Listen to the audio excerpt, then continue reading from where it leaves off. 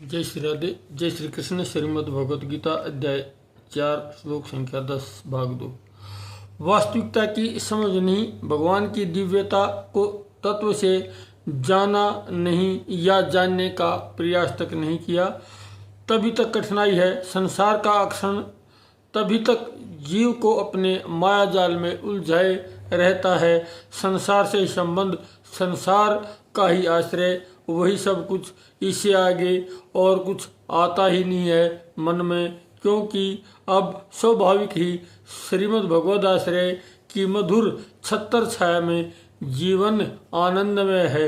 आश्रय तो किसी न किसी का जीवन में रहेगा ही, बस यही विवेक को जगा लो, सच्चाई को समझ लो। नाशवान का आश्रय नहीं, कदापि नहीं, कतई नहीं। वहाँ से तो आप बस यथोचित व्यवहार श्री भगवान के इस भाव को, उनकी स्नेहिल आत्मीयता, अपनेपन में प्रक्षेप में देख सकते हैं। उनके बन जाएं, उनके आश्रय में उन्हीं की भाव तल्लीनता देखें, ऐसा भाव है। बस दृष्टि संसार में रहकर उनकी ओर मोड़ लो, आंखों पर चश्मा उनकी भाव दृष्टि का पहन लो। ईश्वरीय भाव में निमग्नता, तद्रूपता की ही वास्तविकता व्यवहारिक ज्ञान है।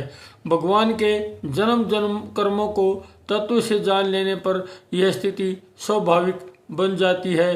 संचित संस्कार मिटते हैं। ईश्वरीय भाव का प्रभाव आगे नए संस्कार भीतर आने नहीं देता। अंतःकरण पवित्र हो जाता है। पवित्रता ही ईश्वरीय अनुभूति प्राप्ति का आधार है। प्रेरित कर रहे श्री भगवान, ऐसे बहुत से भक्त मुझे प्राप्त कर चुके हैं। मन में स्वाभाविक शंका रहती है, क्या ऐसा हो सकता है? भगवान मिल सकते हैं, किसी को मिले हैं, ऐसा ऐरा गहरा नहीं। स्वयं भगवान श्री कृष्ण आश्वस्त कर रहे हैं, ज्ञान के तप से पवित्र हुए अनेकों ने मुझे पाया है। यह पढ़कर तो मन उत्साह से भर जाना चाहिए। अनेक प्राप्त कर चुके हैं, इसका अभिप्राय मेरे लिए भी ऐसा संभव है। निराशा को पूर्णतः त्याग दो, गीता प्रेरणाओं का भरपूर लाभ लो। ऐसे श्लोक आदर्श वाक्य के रूप में सामने रखो। जीवन का लक्ष्य तो भगवत प्राप्ति का ही है। यह श्लोक लक्ष्य के प्रति जागरूकता, तत्परता का मजबूत अवलंबन बन सकता है।